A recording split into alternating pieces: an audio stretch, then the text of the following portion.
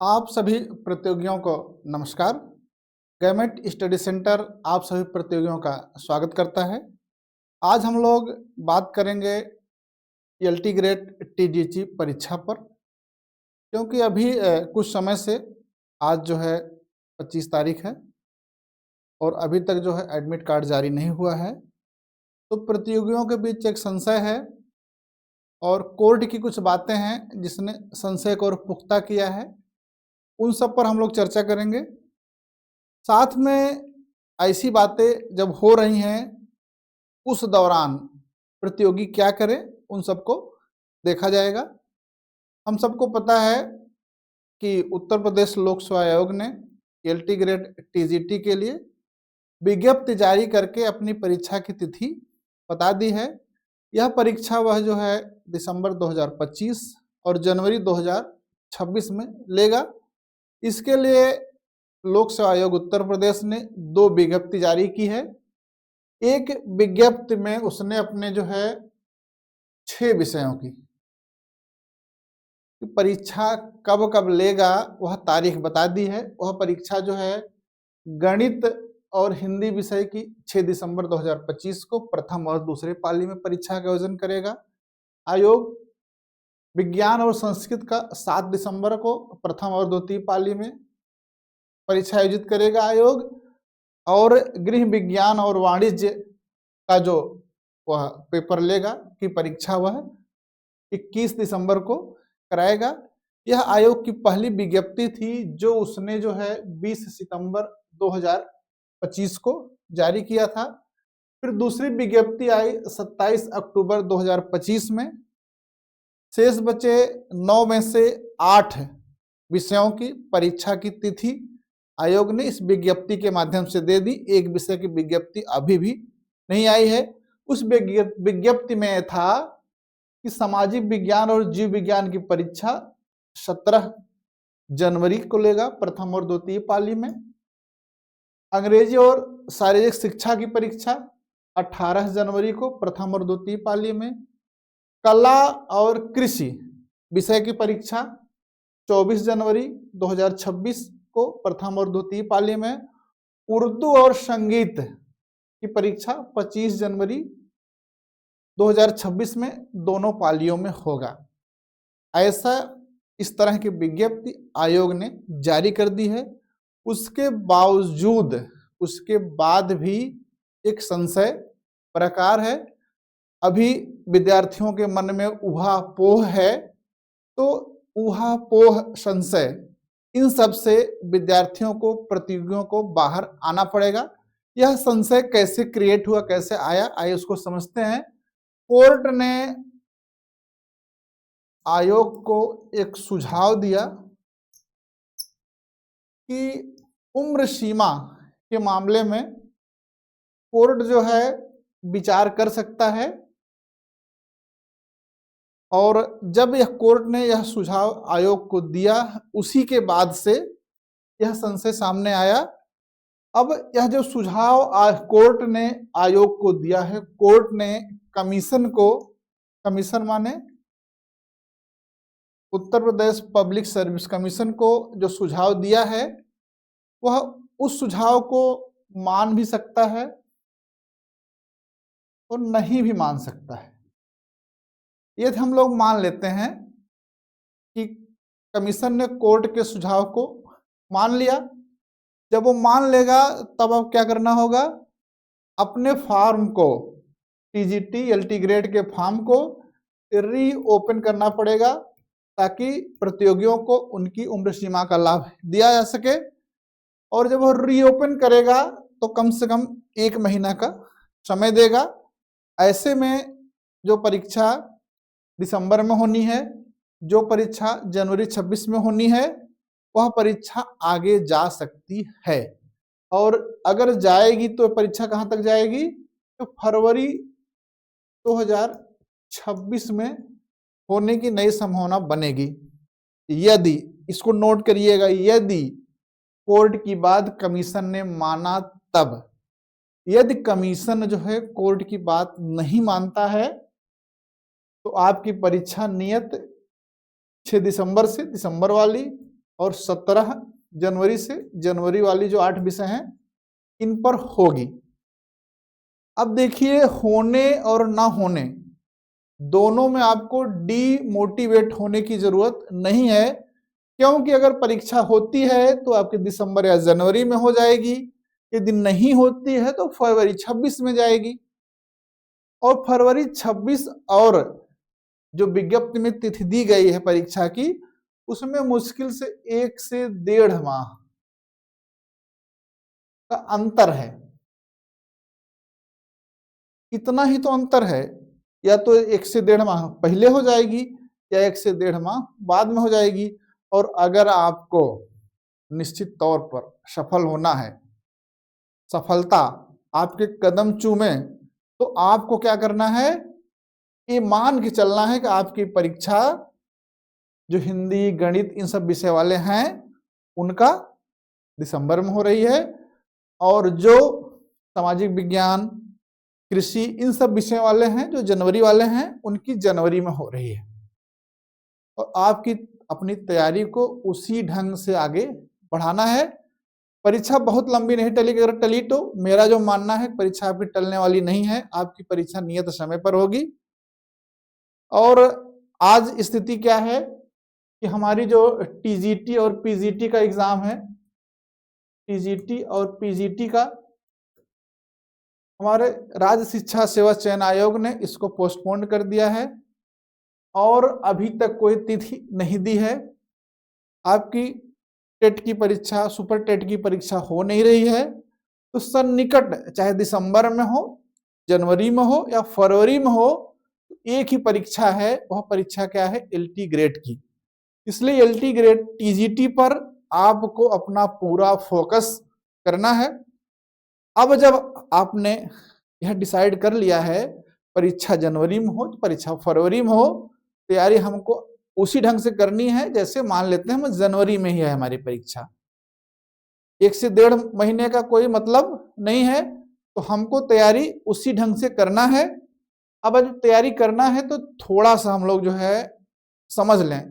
भला सबको पता है परीक्षा का पैटर्न क्या है, पेपर क्या है, फिर भी एक बार हम लोग जो है बात कर लेते हैं।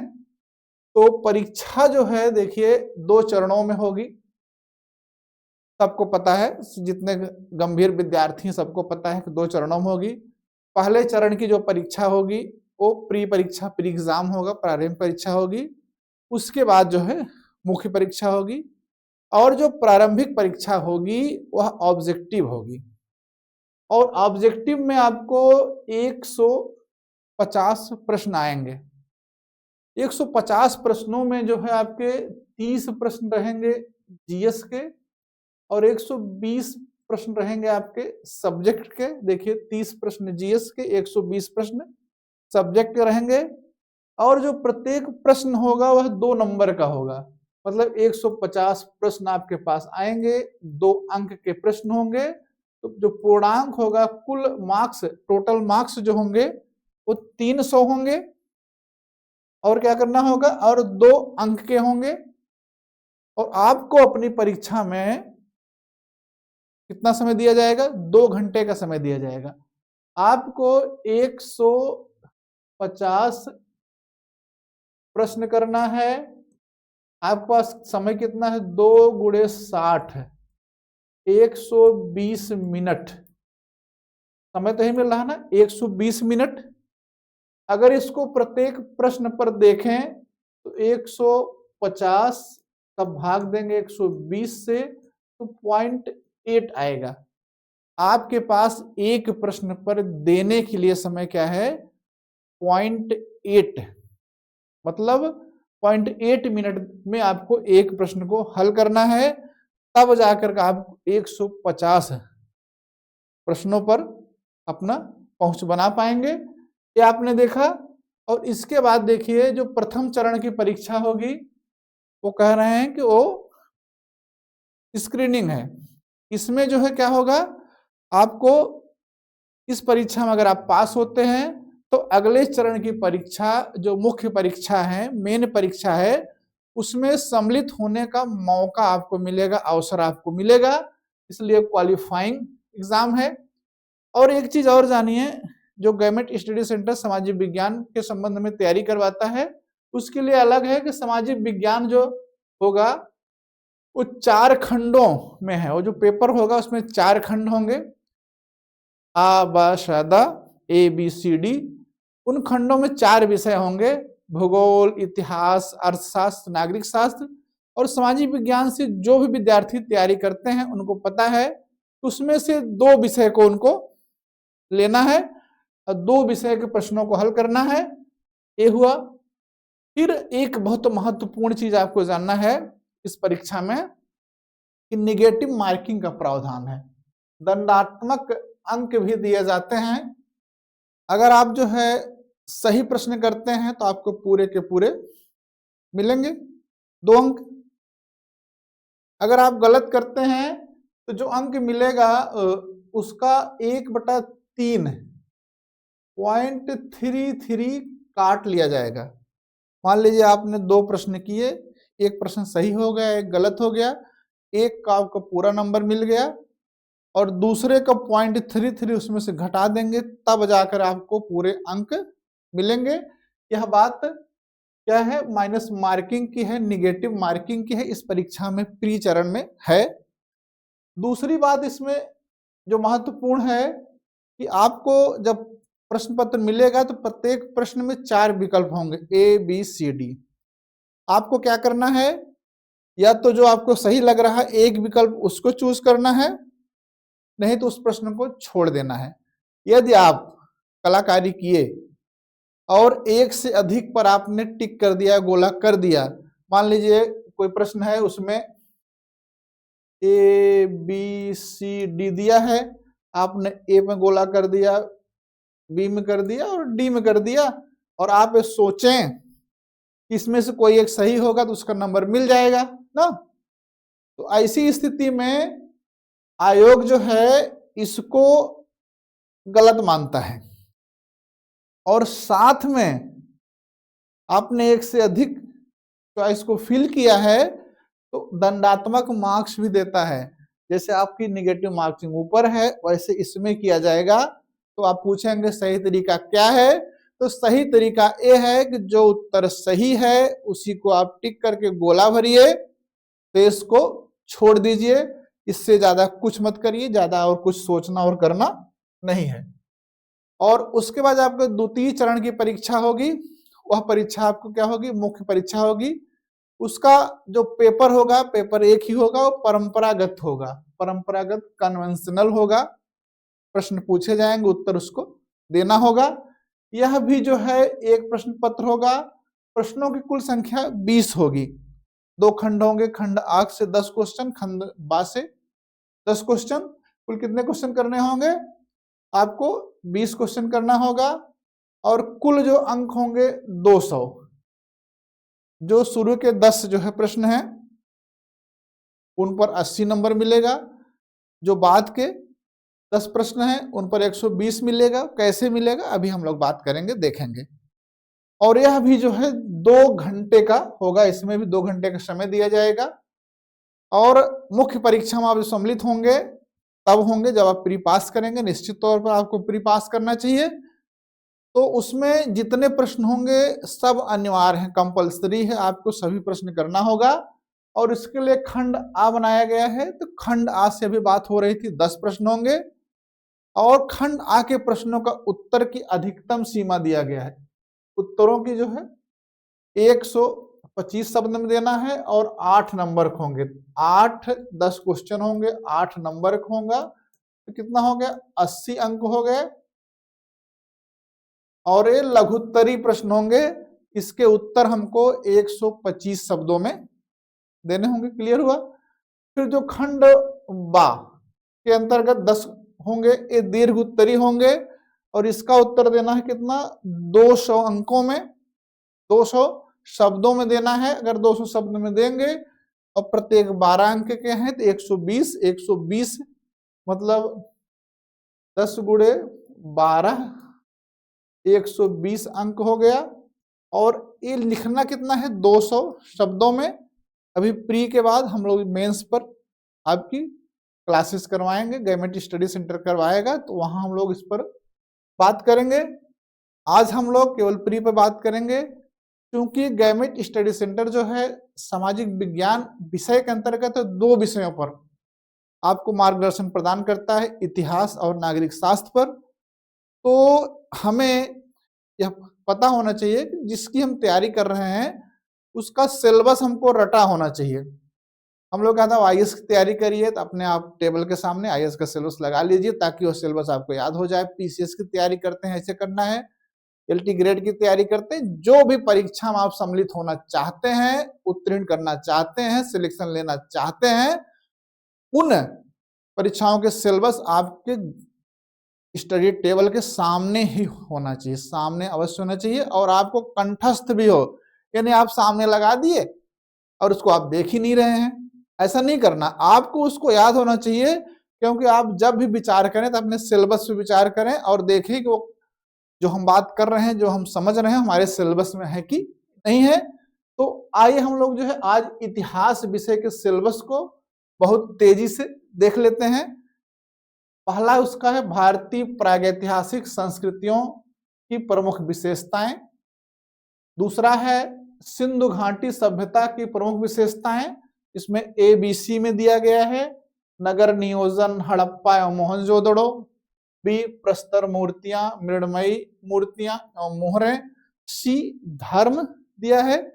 इसके बाद तीसरे जो इसका टॉपिक है पूर्व वैदिक कालीन राजनीतिक व्यवस्था, समाज, अर्थ व्यवस्था एवं धर्म, उत्तर वैदिक काल में परिवर्तन। फिर जैन धर्म, बौद्ध धर्म चौथा टॉपिक है, शैव धर्म की प्रमुख विशेषता, और यहीं पर आपको 6ठी शताब्दी ईसा पूर्व के 16 महाजनपद, वो बाहर नहीं है, 16 महाजनपद, और उन महाजनपदों में मगध का उत्कर्ष, इन सब को यहीं पर आपको देखना पड़ेगा। उसके बाद मगध के उत्कर्ष से एक जो है मौर्य साम्राज्य खड़ा होता है। फिर आपके 5वें टॉपिक में आएगा क्या, मौर्य साम्राज्य। ए है मौर्यों की उत्पत्ति, बी है चंद्रगुप्त मौर्य की उपलब्धियां, सी है उसका शासन प्रबंध तथा सार्वजनिक कार्य, डी है अशोक के अभिलेख, ई है अशोक का धम्म और धम्म का प्रचार, एफ है उसके कल्याणकारी कार्य, जी है अशोक का मूल्यांकन, एच है मौर्य साम्राज्य के पतन के कारण। इतने टॉपिक मौर्य साम्राज्य में है। फिर उसके बाद गुप्त राजनीतिक इतिहास, और मौर्य और गुप्तों के बीच में शुंग वंश, शक, शातवाहन, वाकाटक, इन सबको भी नहीं छोड़ना है, क्योंकि गुप्तों और मौर्यों के कनेक्शन उनसे जुड़ते हैं। तो सिलेबस में मेंशन यद्यप दिख नहीं रहा है प्रत्यक्ष रूप से, लेकिन अप्रत्यक्ष रूप से जुड़ा हुआ है, इसलिए उसको भी देखना है हमको, समझ रहे हैं। हम सातवाहन नहीं छोड़ सकते, हम जो है हिंद यूनानी नहीं छोड़ सकते, वाकाटक नहीं छोड़ सकते, तो वहां भी इन चीजों को भी देखना है, भले वो सीधे सीधे आपके सिलेबस में नहीं है। तो ए है चंद्रगुप्त, बी है समुद्रगुप्त, सी है चंद्रगुप्त द्वितीय, डी है कुमारगुप्त प्रथम, ई है स्कंदगुप्त, एफ है पूर्ण आक्रमण उसका प्रभाव, गुप्त साम्राज्य के पतन के कारण। अब इसमें गुप्तों की राजनीतिक स्थिति दिया है, सामाजिक और सांस्कृतिक स्थिति इसमें नहीं दिख रही है, आर्थिक स्थिति नहीं दिख रही है, लेकिन अगर वो पूछ लेगा कि सबसे पहले चांदी का सिक्का किसने चलाया था, तो हम इस भ्रम में नहीं रहें कि आर्थिक नहीं है तो चांदी का सिक्का कौन जारी किया, इसको नहीं जानना है, क्योंकि वो किसी राजनीतिक राजा ने तो जारी किया था, इसलिए इस भ्रम में मत रहिए। गुप्त साम्राज्य के बारे में पूरा का पूरा राजनीतिक, सामाजिक, आर्थिक, धार्मिक और सांस्कृतिक में कला इत्यादि के बारे में पढ़ के जाइए, क्योंकि कोई मंदिर है तो किसी राजा ने बनवाया है, तो उस राजा राजनीतिक इतिहास से उस मंदिर का जुड़ जाएगा। जैसे वो पूछता है तैलिक श्रेणी कहाँ से संबंधित है तो आर्थिक प्रश्न, लेकिन किसी न किसी राजा के राज्य काल में रही है, इसलिए उसको छोड़ना नहीं है। अगला है चोल काल, ए है राजराज प्रथम की उपलब्धियां सिलेबस में, बी है राजेंद्र चोल प्रथम की उपलब्धियां, सी है स्वायत्त स्थानीय शासन प्रणाली, डी है चोलकालीन कला एवं संस्कृति, ये चोल से है टॉपिक जो आपके एलटीटीजीटी परीक्षा में है। 8 है विदेशी आक्रमण, ऑप्शन ए है, देखिए ऑप्शन नहीं, ए है अरबों का आक्रमण तथा उनका प्रभाव, बी है गजनवी का आक्रमण उनका प्रभाव, सी है मोहम्मद गोरी का आक्रमण तथा उसका प्रभाव। टॉपिक नंबर 9 में अब आप बढ़ेंगे, दिल्ली सल्तनत राजनीतिक तथा प्रशासनिक इतिहास, कुतुबुद्दीन ऐबक, मोहम्मद इल्तुतमिश, बलबन, अलाउद्दीन खिलजी, मोहम्मद बिन तुगलक, फिरोज शाह तुगलक, तैमूर का आक्रमण, सैयद एवं लोदी वंश।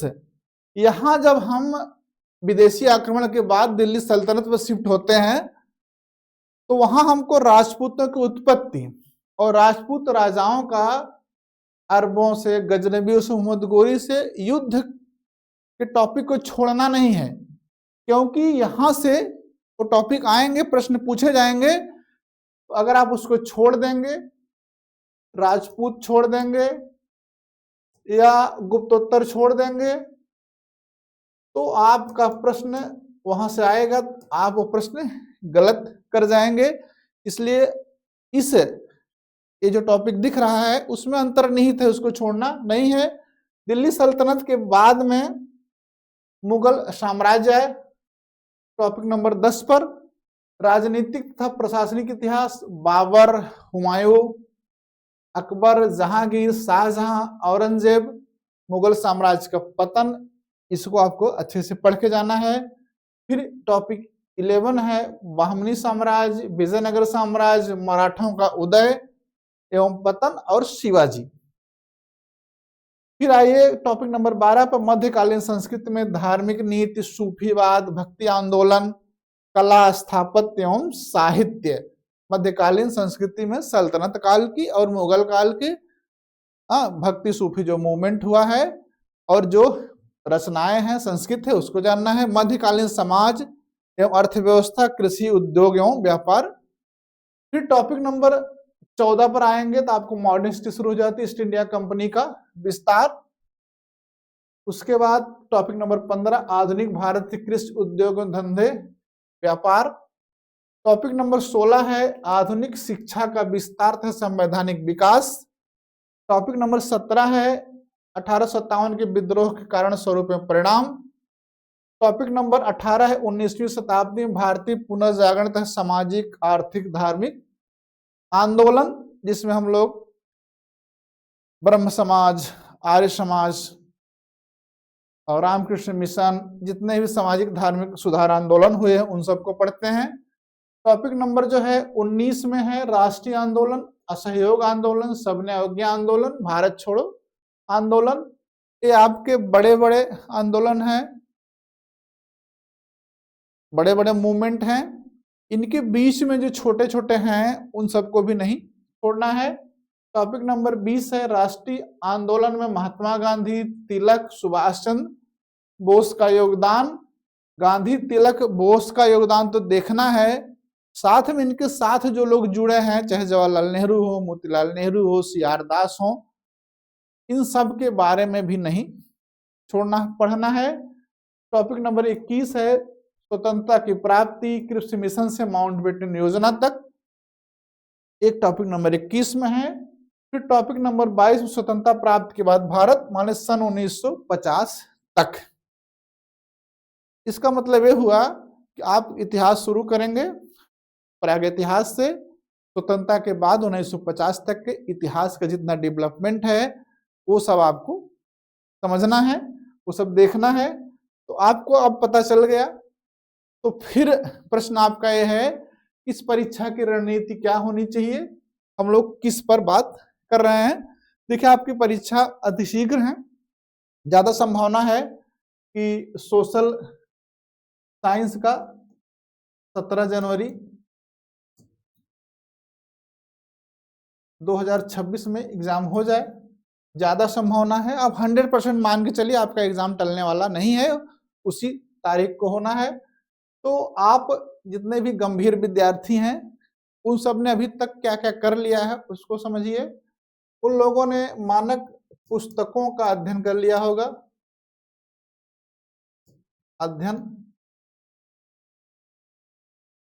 कर लिया होगा और नोट्स का रिवीजन कर रहे होंगे, अब जो आपका शेष समय बचा है उसमें क्या करना है आपको, उसमें भी आपको क्या करना है, रिवीजन। और क्या करना है, रिवीजन। और क्या करना है, रिवीजन। और क्या करना है, रिवीजन। बात समझ रहे हैं? आपको आज से लगातार किस पर ध्यान देना है, रिवीजन पर। Revision revision revision. इतना इस पर जोर क्यों दिया जा रहा है, रिवीजन पर इतना जोर क्यों दिया जा रहा है? अगर आप बार बार रिवीजन करेंगे, जो आपको याद है, जो आपने पूरी तरह से पढ़ रखा है, उसका भी रिवीजन करिए। उससे आपकी क्या होगी, स्पष्टता बढ़ेगी, क्लियरिटी आएगी। क्या होगी, आपकी क्लियरिटी आएगी, आपकी क्या होगी, स्पष्टता। उस टॉपिक पर, उस तथ्य पर स्पष्टता, स्पष्टता बढ़ेगी। और क्या होगा, और क्या होगा, आपका कंफ्यूजन दूर होगा। आपको उस टॉपिक पर जो कंफ्यूजन हो कम होगा और दूर होगा, मतलब संशय खत्म होगा। संशय क्या होगा, संशय समाप्त होगा। संशय समाप्त करना क्यों जरूरी है? जब आप परीक्षा में जाते हैं तो आपको 4 विकल्प मिलते हैं। अगर आप में संशय होता है तो 4 में 2 विकल्प मान लीजिए आपको पता चल गया गलत है, फिर 2 में आपको बहुत समस्या होती है कि ए वाला सही है कि बी वाला सही है। बार बार उसी पर आप करते हुए अपना समय किल करते हैं, समय को नष्ट करते हैं। लेकिन अगर आपने बार बार उस रिवीजन किया है तो आपका संशय नहीं होगा। आप प्रश्न पढ़ेंगे, विकल्प देखेंगे, डायरेक्ट आप उत्तर पर पहुंच जाएंगे। समझ रहे हैं? तो इससे संशय समाप्त होता है। जब आप संशय समाप्त होगा तो इससे क्या होगा, आपकी स्कोरिंग बढ़ेगी, आपकी स्कोरिंग बढ़ेगी, मतलब आपके अंक बहुत तेजी से बढ़ेंगे। बार बार ये सोचना नहीं पड़ेगा कि ए वाला सही है कि बी वाला सही है, लगातार आप प्रश्न को करते जाएंगे। तो एक तो आपका ये है रिवीजन। रिवीजन का इतना महत्व है, ये कहा जाता है कि कोई एक सैनिक है, इसके बारे में कहा जाता है कि अभ्यास के दौरान जितना पसीना बहाएगा, खून जो है युद्ध में उतना कम बहाना पड़ेगा। यदि एक सैनिक अभ्यास के दौरान जितना अधिक पसीना बहाएगा, उसे युद्ध के दौरान उतने कम खून बहाना पड़ेगा, उतना कम उसकी क्षति होगी। इसलिए अभ्यास आप जो है लगातार करते रहिए। और इसके अलावा आप लोगों ने कोई न कोई जो है टेस्ट सीरीज भी ज्वाइन की होगी।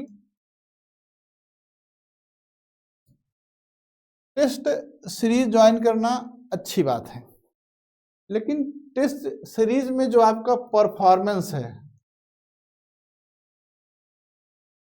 ये 2 ही तरह का परफॉर्मेंस हो सकता है, 3 तरह का मान लेते हैं। एक बहुत अच्छा हो सकता है, एक बहुत खराब हो सकता है, एक औसत दर्जे का हो सकता है। अगर आपका टेस्ट सीरीज में प्रदर्शन बहुत अच्छा है तो आपको क्या करना करेगा, अति उत्साहित करेगा। अति उत्साहित नहीं होना है। एक चीज, अगर आपका प्रदर्शन मान लीजिए खराब है तो आपको क्या करेगा, डीमोटिवेट करेगा। तो डीमोटिवेट भी नहीं होना है। फिर प्रश्न आपका है तो टेस्ट सीरीज क्यों ज्वाइन करें, तो हमारा उत्तर फिर से आएगा, आपको अभ्यास के लिए ज्वाइन करें। जब आप टेस्ट सीरीज के अभ्यास पर जाएंगे, एक समय आप परीक्षा के माहौल में 150 प्रश्न करेंगे, तब आपको पता चलेगा कि जो 0.8 मिनट हमको मिला है उसका हम प्रबंधन कैसे करें, उसका हम मैनेजमेंट कैसे करें कि हम 0.8 मिनट में उस प्रश्न को हल कर लें। साथ में उस प्रश्न के लिए उत्तर पुस्तिका में बने गोले को हम भरें। इसलिए आप टेस्ट ज्वाइन करिए कि आपका जो है अभ्यास बढ़े, और आपका जो 2 घंटा मिला है, 2 घंटे में 10 मिनट पहले ही सभी प्रश्नों को हल कर लें, सभी प्रश्नों को गोले उसमें भर लें। और टेस्ट सीरीज के दौरान आपको क्या करना है, जो प्रश्न आपको नहीं आ रहे हैं आप उसको भी देखना है कि वो जो प्रश्न आपको नहीं आ रहे हैं क्या उस प्रश्न का लेवल एलटी ग्रेड के लायक है या और बड़ी परीक्षा के लायक है। तो उन प्रश्नों का उत्तर आपको कहाँ से ढूंढना है, जो पुस्तकें आपने पढ़ी है, जो नोट्स आपने बनाया है, उन्हीं पर आपको विश्वास करना है। और उन प्रश्नों को उत्तर ढूंढने के दौरान एक बार फिर से क्या कर लेना है, रिवीजन फिर से कर लेना है। फिर आपका प्रश्न होगा, हमने पुस्तक पढ़ लिया है, नोट्स रिवीजन कर रहे हैं, टेस्ट सीरीज कर रहे हैं, तो आपकी क्या भूमिका होगी। देखिए अब समय, अगर 17 जनवरी को एग्जाम हो रहा है तो कम है, तो इस दौरान आपसे हम बार बार कह रहे हैं किस पर जाइए, रिवीजन पर जाइए। और प्रत्येक टॉपिक का रिवीजन बार बार करिए। फिर उस टॉपिक के अच्छे क्वेश्चन, ऐसे क्वेश्चन जो एलटी ग्रेड में आ सकते हैं, उन प्रश्नों को बार बार आप खोजिए, उन पर अभ्यास करिए। तो गवर्नमेंट स्टडी सेंटर क्या करेगा, वो इतिहास और नागरिक शास्त्र पर, इतिहास और नागरिक शास्त्र पर आपके सिलेबस के हिसाब से, जो आपका सिलेबस है उसमें जो टॉपिक दिए हैं, उन टॉपिकों के लिए, उन टॉपिकों पर अच्छे क्वेश्चन सेलेक्ट करेगा। वो अच्छे क्वेश्चन नए हो सकते हैं, पूर्णतः नए हो सकते हैं, या किसी अन्य परीक्षा में आए हुए हो सकते हैं। तो उन प्रश्नों का आपको अभ्यास कराएगा। इसके लिए प्रत्येक दिन आपको ज्यादा नहीं 25 से 30 मिनट निकालना है, और हम लोग जो है 25 से 30 या 20 से 25 प्रश्नों पर चर्चा करेंगे, और उसको आपको देख लेना है।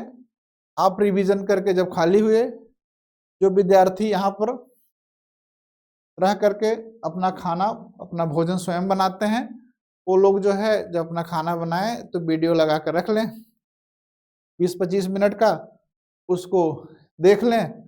फिर देख लेंगे जो उनका टॉपिक था, उस टॉपिक से जो ये प्रश्न आए हैं, इनमें से कौन कौन से प्रश्न को पहले से पता थे, कौन कौन से आज पता चले हैं, तो उससे अपने नोट्स को अपडेट करते जाएं। और यह सिलसिला हम लोग अनवरत गवर्नमेंट स्टडी सेंटर चलाएगा जब तक आपकी एलटी टीजीटी की परीक्षा नहीं हो जाती है। इस परीक्षा के संबंध में हम लोगों की एक स्ट्रेटजी थी कि आपको हम लोग जो है नोट्स प्रोवाइड करा दें दोहराव के लिए, लेकिन समय कम है, इसलिए हम लोग जो है आपको प्रश्नों के माध्यम से जब उसकी चर्चा करेंगे, फिर आपने जो पढ़ा हुआ जो नोट्स बनाया है उनसे वो सब चीजें आ जाएंगी। तो इस तरह से आपने आज देखा कि हम एलटी टीजीटी की परीक्षा के लिए आपको एक प्रश्न का पूरा अभ्यास के लिए मिलने वाला है, जो हम लोग जो है कल से ही प्रारंभ करेंगे। साथ में आज के हम लोग परिचर्चा खत्म करने से पहले एक बार फिर से निवेदन करते हैं, अपने रिवीजन पर पूरी तरह से जोर ध्यान दीजिए। पूरा समय निकाल करके कहीं भी अपना समय 1 मिनट भी व्यर्थ मत जाने दीजिए। रिवीजन रिवीजन रिवीजन करते रहिए। जितना अधिक रिवीजन करेंगे सफलता के उतने नजदीक पहुंचेंगे। आप सभी को बहुत बहुत धन्यवाद।